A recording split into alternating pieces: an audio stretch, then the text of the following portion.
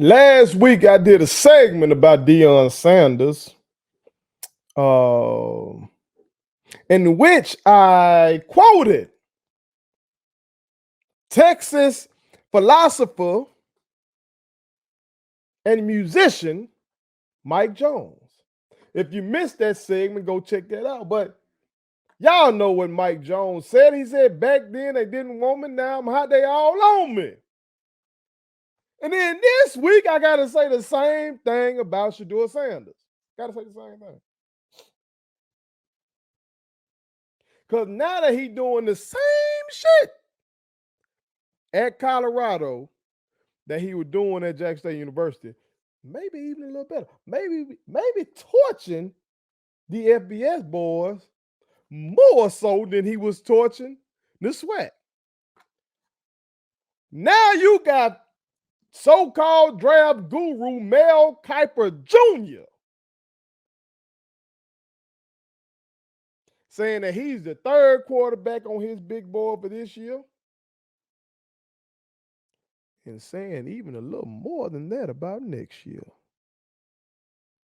So let's talk about this. Let's talk about this, because the question is right there in the banner. Y'all see it.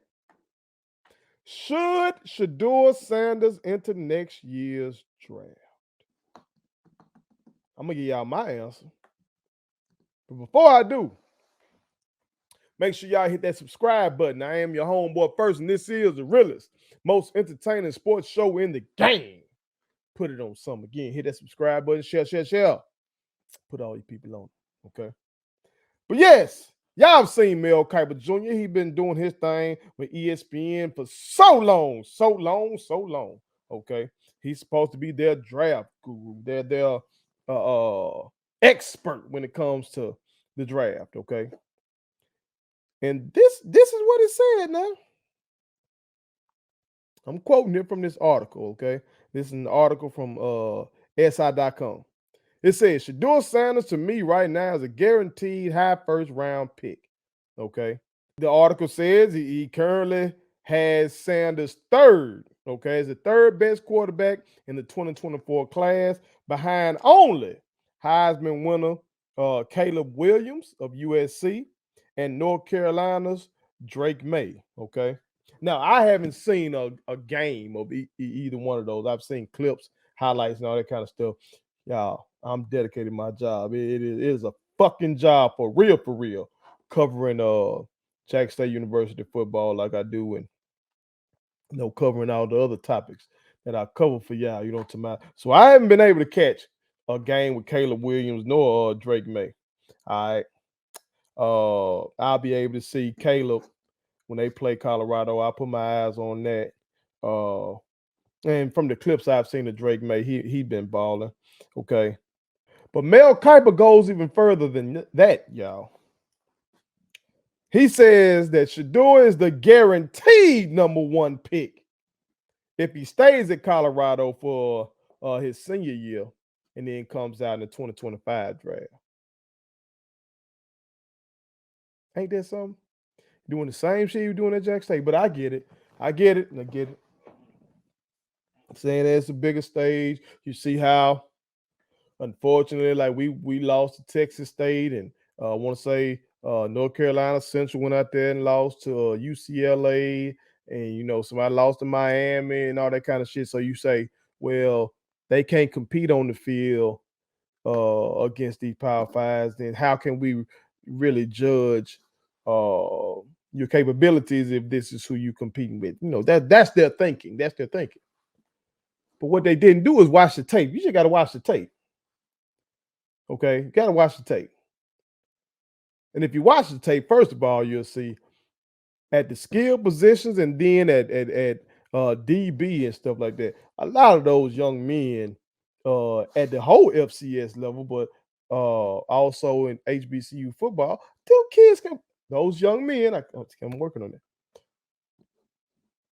Those young men can play. Some of them have size. A lot of them have speed. A lot of them got good ball skills and stuff like that.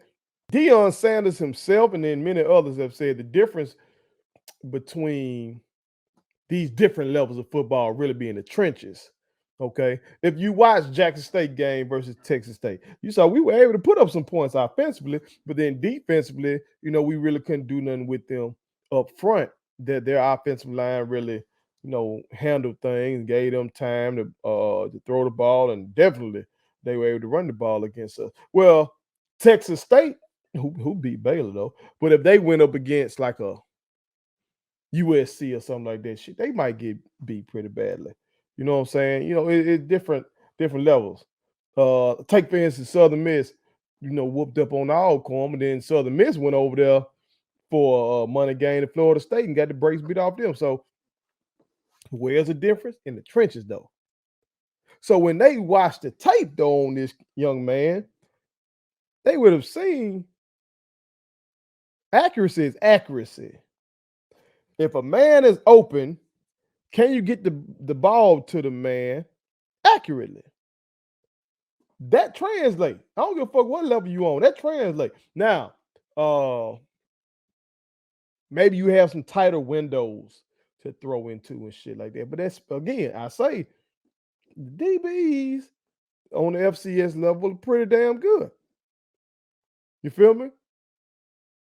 And that's why you see a lot of the same shit he did at Jackson State University. He doing the shit at Colorado. Okay. And I forgot to say this. Mel Kiper said that shit that I just read out. He said that before the Colorado State game. So before the legendary 98-yard drive, he was saying that shit. So who knows? He might have moved the motherfucker up over Luke May after that. I don't know. But here's my answer to the question.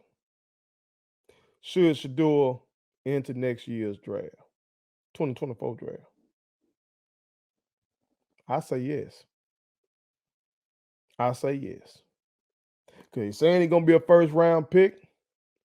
Who knows? If he keep balling like he's balling right now, he may be able to pass up Luke May. I don't know. People really high on Caleb Williams, and in that system that Caleb Williams is in with Lincoln Riley. That system produces Heisman guys. We've seen it. Okay. Seen it. Baker Mayfield comes to mind. We've seen that. You know what I'm saying? So he gonna keep doing numbers, and he playing for USC.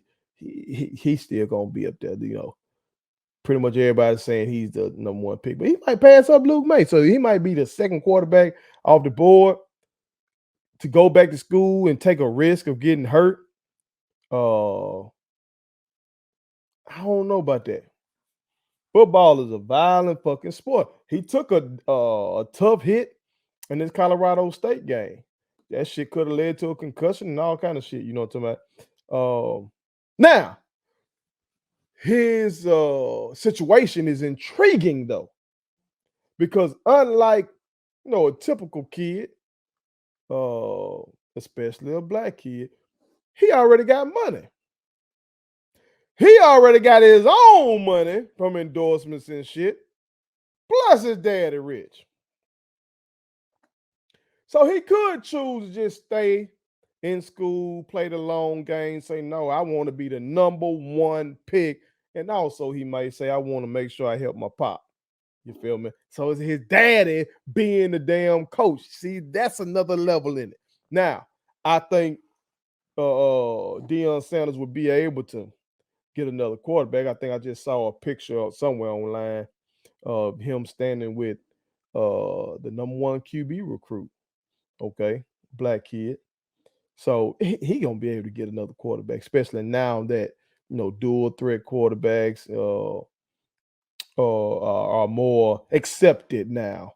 You know what I'm talking about? Guys who can use it. Remember, they used to frown upon black quarterback, but now you seem like everybody want them one right now. You know what I'm talking about? So Prime be able to get another quarterback, but that's still that man daddy. So he may want to stay and make sure he, really help the program take that, that real big step. We don't know. They about to play Oregon. They got USC coming up. They got Utah later on. They getting into some shit now. Okay, they getting into some games now. I know the TCU game was big, and TCU was ranked. Okay, but now you get into that Pac-12 schedule, so uh, we shall see. If this continues, I think his accuracy gonna continue. He's still like that.